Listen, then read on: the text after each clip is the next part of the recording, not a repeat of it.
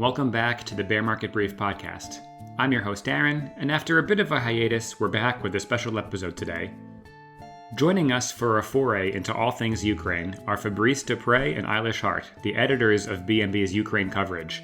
We had a great conversation about how Zelensky is doing and more, and we hope you enjoy. Welcome to the Bear Market Brief podcast. Fabrice and Eilish, great to have you on board today.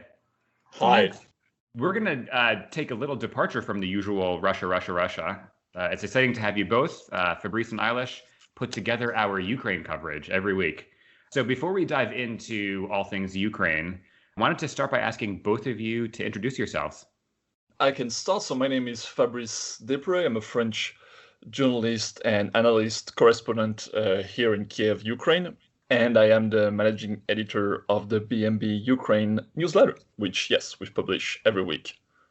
Great. So I'm Eilish Hart. I'm based in Canada at the moment, but I work on the Ukraine Expert Brief, which comes out every Wednesday. So I'm the deputy editor from BMB Ukraine.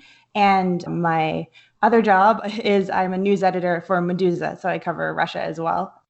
Near and dear to all of our hearts, to say the very least. So to turn to the first and I guess big question of the day, and saying this transparently, I'm not as clued in to Ukraine as I once was. So to that effect, now last I was really clued in, Zelensky was newly elected, kind of rode this wave of populism, dissatisfaction against the more established political order, was really popular for it. And now, as I catch up, seeing and hearing a little dissatisfaction. So let's kind of talk about how President Zelensky is doing, what drove his popularity, how he's capitalized on that, what he's accomplished, and if there are issues, what may be pulling him down, what's the gravity he's facing. So we'll start with Fabrice. All right. So Zelensky's popularity, big topic, right? Because when he was elected 1 year ago, he was triumphantly elected, absolutely crushed his opponent, Petro Poroshenko. Then we had the parliamentary election in which, again, his party, Servant of the People, got the biggest majority in the history of post-Soviet Ukraine.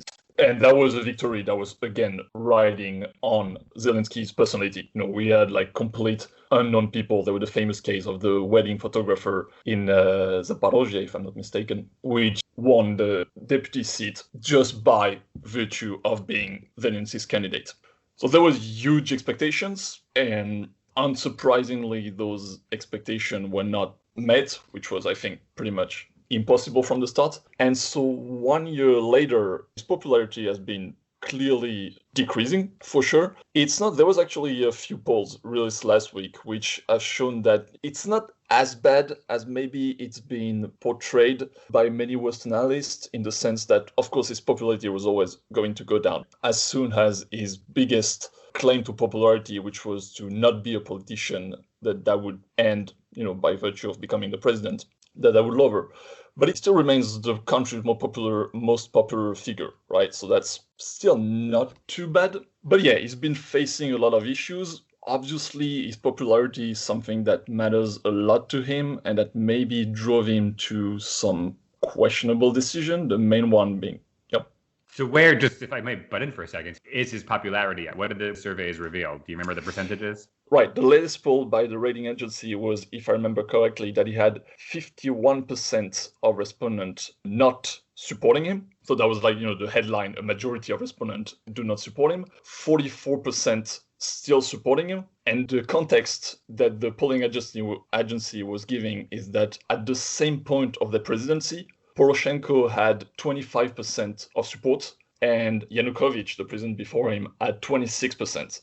So now he doesn't have a majority supporting him in the poll, but compared to previous president, he's close to twice as popular. So, glass half full, half empty. Yeah, I think the other thing that's really important to consider when you talk about Zelensky's popularity is not only is he much more popular than previous presidents were at the same point in their presidency, but also when you compare him to other party leaders, he's still head and shoulders a lot more popular than, say, Poroshenko or Yulia Tymoshenko are at this time. And I think part of what kind of drove Zelensky's election was a lot of people, not voting for him as a way to vote against everyone else. And so even if his popularity is in the 40s right now, he's still seen as the best option given who the other political candidates are. So obviously he came in on very, very high expectations. And I think he himself came in very optimistic. And so I think not only is the population coming to reality at this point, I think he probably is too. But like I said, I still think he's seen largely as the best option politically.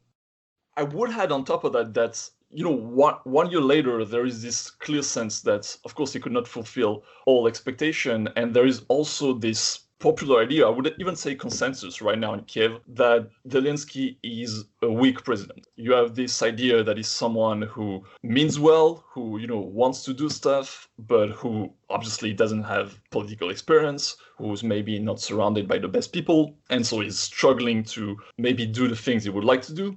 And of course, this isn't great for his standing, but I have a feeling that it's also kind of helping him in, the way that we know well, especially in Russia, of, the good Tsar, bad boyars, where, he's trying his best. He has really good intention, but those damn corrupt officials and, corrupt oligarchs are just getting in the way. And especially in those local elections, and we'll talk probably more about that later, but I think that could actually be used by Zelensky and his team around as pretty strong arguments to actually keeping as the popular figure. Yeah, I would add to that as well, if we're talking about ratings and approval ratings. Like I said, there's a lot of focus on them going up and down, and there's a lot of talk about how his ratings are very important to him. But not only are his ratings, approval ratings in particular, better than other politicians, they're also much more positive than the impression people have of the cabinet and the parliament. The negative approval ratings for both the Rada and the government itself are usually 60 something, 62% disapprove or 63% versus him having 44% approval, for example. That's a huge difference in terms of a figure in government that people trust. He's kind of still that guy. Like Fabrice said, I mean, people seem to believe that he's well-intentioned and wants to do good, but he's coming up against a system that they expect to work against him in the first place, which can lend itself in his favor. I hope I don't get in trouble for saying this, but it's not the same as Russia and Putin, but ever so slightly rhymes with a leading figure above the rest of the political order. I mean, different phases. Russia's a stronger state apparatus, I think would be safe to say, but ever so slightly reminds me of that. Fabrice, you're about to say something though. Yeah, I just wanted to mention that, interestingly, it's also something that I've heard even among Zelensky opponents, where you have on the specter of opinion against Zelensky, you're going to have the sophist is just kind of weak and the strongest is like a Russian puppet. But a lot of the time when I ask someone if they think that some controversial figures are coming back to power, where there are some politicized trials, something like that, I will ask them, but so do you think Zelensky is behind that? And most of the time they're going to tell me, no, we think it's people around Zelensky who are taking advantage of him. So you have always this idea of Zelensky being a weak figure who maybe isn't so bad in itself, but is just being manipulated. Well, let's move on to topic 2 related. I'm actually going to throw in another topic here because I think they're related together. So the Ukraine is, I don't want to say necessarily dependent, but helped a lot by IMF support, helping balance its budget, balance of payments, kind of stay afloat. There's been, as I've followed, especially of late, issues pushing through necessary anti-corruption measures that are kind of necessary for IMF aid. There's the rumor that Zelensky is kind of wholly owned by Ihor Kolomoisky, which is not going to take a stance on whether that's true. Would love to hear your thoughts about the extent to which those rumors are justified or fair in the first place. But also a lot of political drama about NABU, Ukraine's nascent, still fairly recent, anti-corruption agency, and efforts to get a new leader in place there, running into some judicial headwinds. So starting with this whole Kolomoisky question, just for people not in the loop, very prominent oligarch in Ukraine, has his popularity or influence rather grown? Has Zelensky necessarily been good for him? I'll just say right off the bat, I think obviously, like Fabrice said before, like one of the biggest and most critical things you'll hear of Zelensky on the anti-Zelensky end is that he's just a Kolomoisky puppet. I mean, I don't know the extent to which that's true or untrue, but the thing that always struck me as odd is that kind of ignores the amount of power and influence Kolomoisky had in Ukraine before Zelensky came along. I mean, he's an incredibly wealthy oligarch who had holdings. I mean, Privatbank is no longer in his possession, but I mean, he had that going for him for years and years and years. I mean, the guy's a billionaire. And Ukraine, for years, has struggled with this problem of being very oligarch dominated. And it always just kind of struck me as odd to say that, oh, well, now that Zelensky's president, Kolomoisky's power is just running amok and out of control when, I mean, he had a lot of influence all along. It's a great point. Yeah. Fabrice, any thoughts? I think on the very loaded question, or is Zelensky Kolomoisky puppet, or even Kolomoisky project, of course it's pretty much impossible to give like a definitive answer.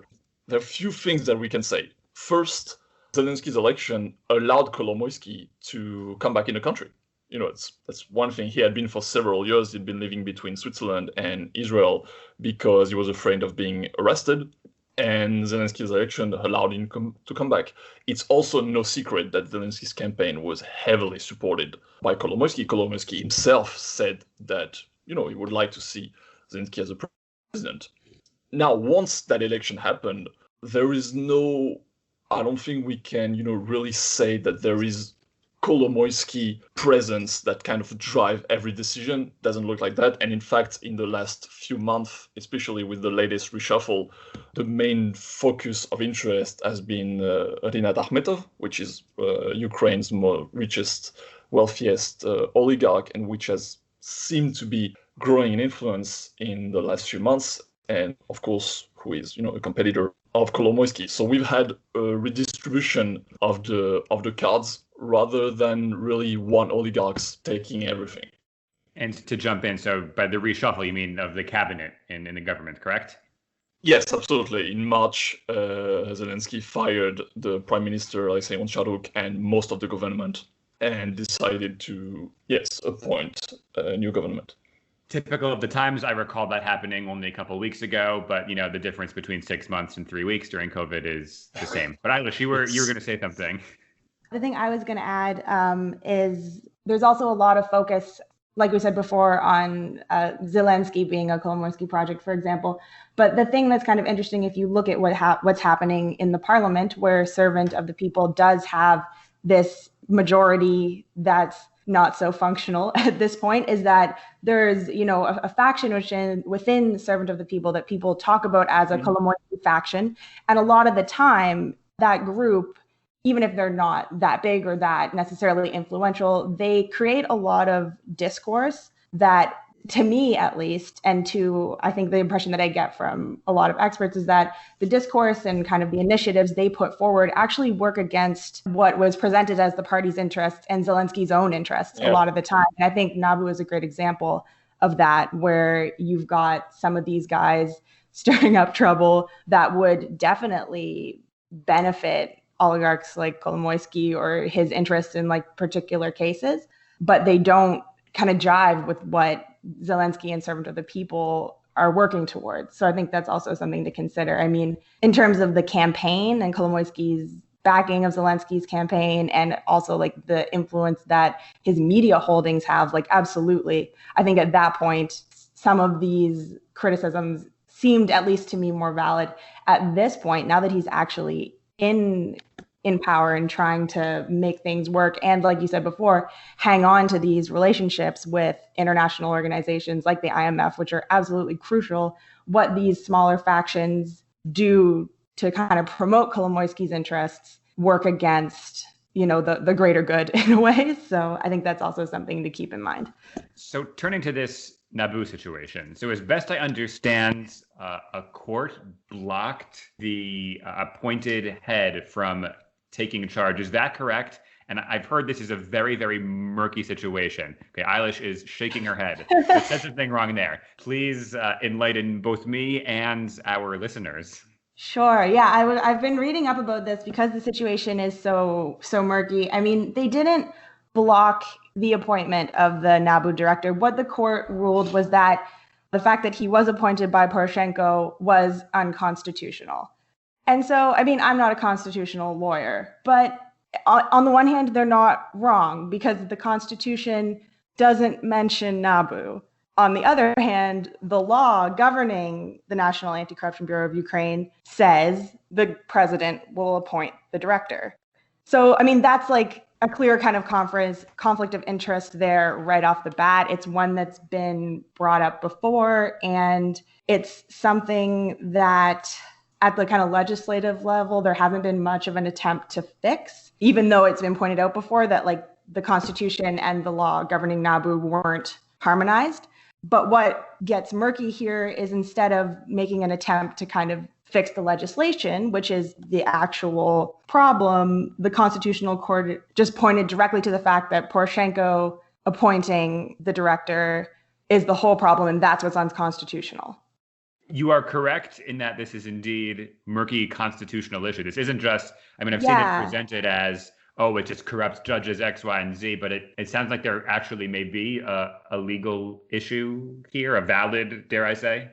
For me, at least, it is kind of strange to have the president of a country that's trying to battle corruption to the extent that Ukraine is, be the person in charge of appointing and dismissing the guy who's in charge of battling corruption in a way. I mean, that's a huge oversimplification, but that's one way of looking at it. But what kind of jumped out at me and what I saw when I was kind of looking through the analysis from places like the Anti-Corruption Action Center is that like the relevant provisions of the law weren't declared unconstitutional. It was Poroshenko's decree appointing Artem Sitnik. And the issue that arises there is that they've kind of backed themselves into a corner because now if Zelensky were to say, well, I'm going to dismiss him, that would also be unconstitutional, right? And if he were to appoint someone new, it's unconstitutional because you still haven't fixed the law. And so I think, I'm pretty sure, and Fabrice, you can correct me on this if I'm wrong, I think maybe sometime last year, Zelensky did try to float a draft bill about correcting some of these things and bringing them in line, but it's kind of been off the table as far as I know. Yeah, I think that's correct. So before we go further into this legal question, to make sure we can fit in all of the exciting issues we have on the agenda for this episode, wanted to move things a bit north now because, as we know, Belarus borders Ukraine. I think all eyes now are on Belarus. Actually, in my current job, did some polling in Ukraine about the situation in Belarus, which we can talk about going forward. But what has Ukraine's role as far as the kind of crisis to its north been? Has Zelensky really been involved in this? What's the angle here for Ukraine? Ukraine's role has been fairly limited, I would say. They were drawn into the crisis even before it started, because there was when Lukashenko proudly announced the arrest of 33 Russian mercenaries who he said were there to destabilize the situation in the country.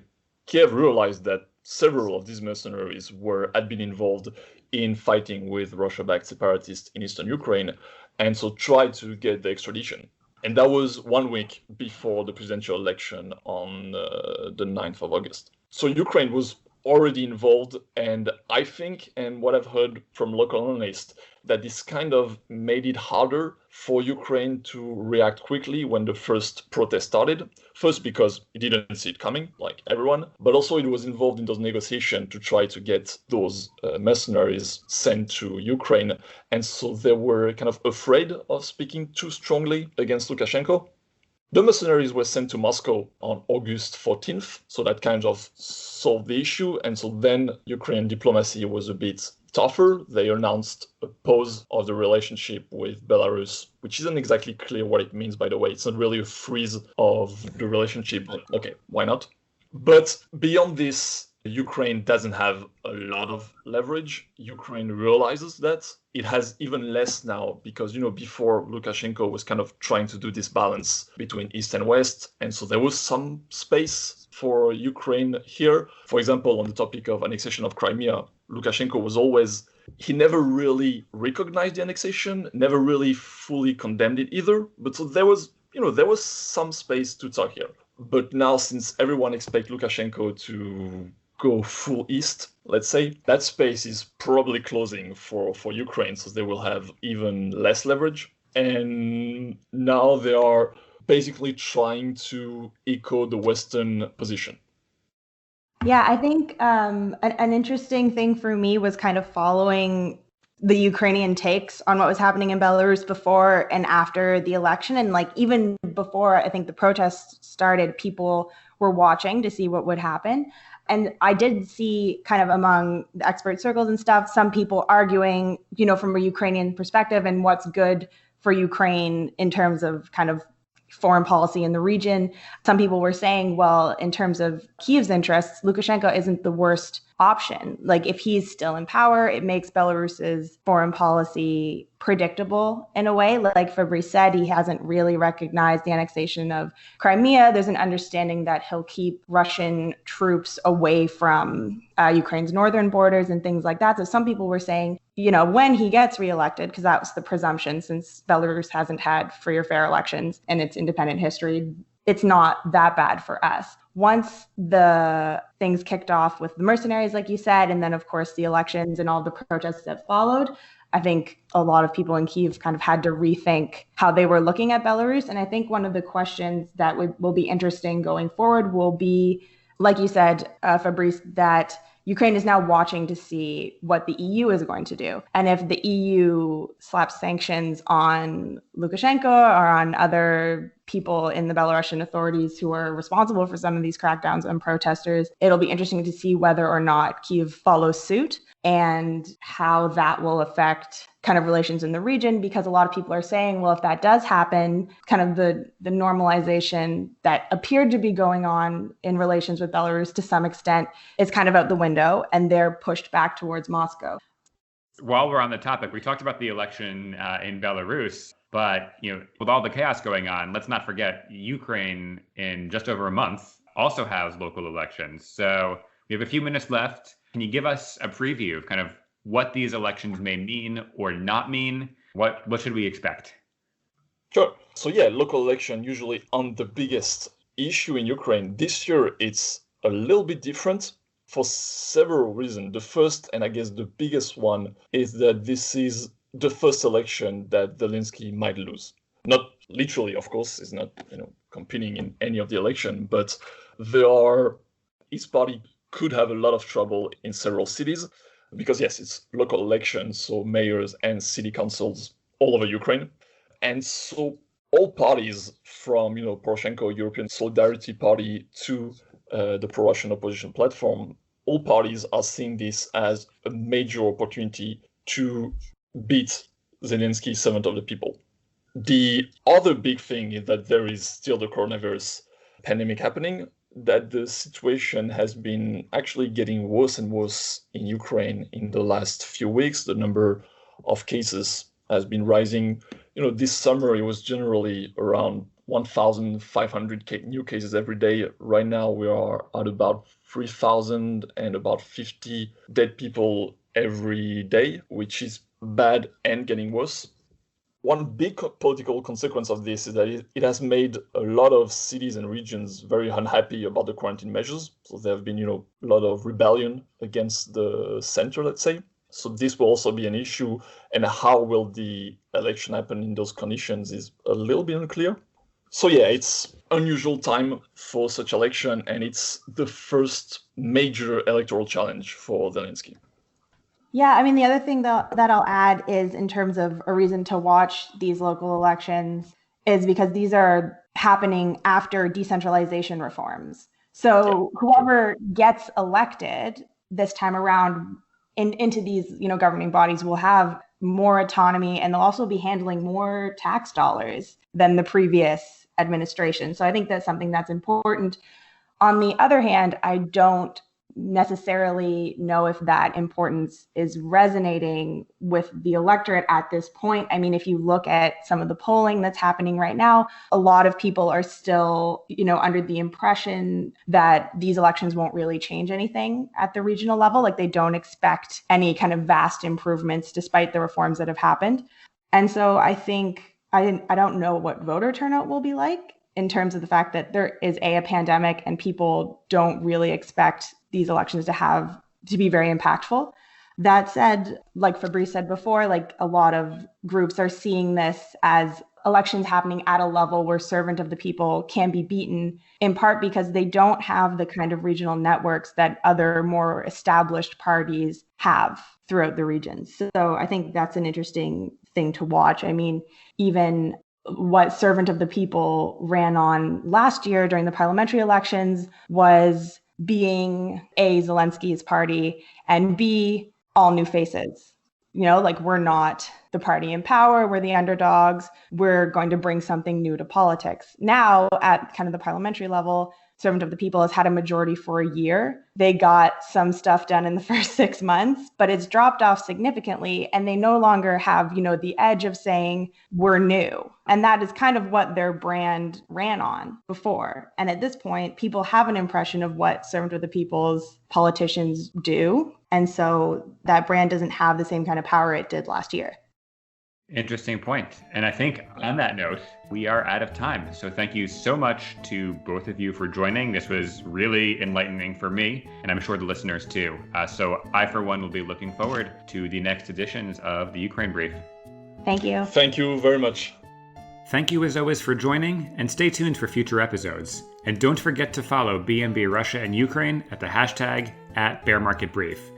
BMB is a project of the Foreign Policy Research Institute, a nonpartisan think tank in Philadelphia. For more information about this and other initiatives, be sure to visit fpri.org.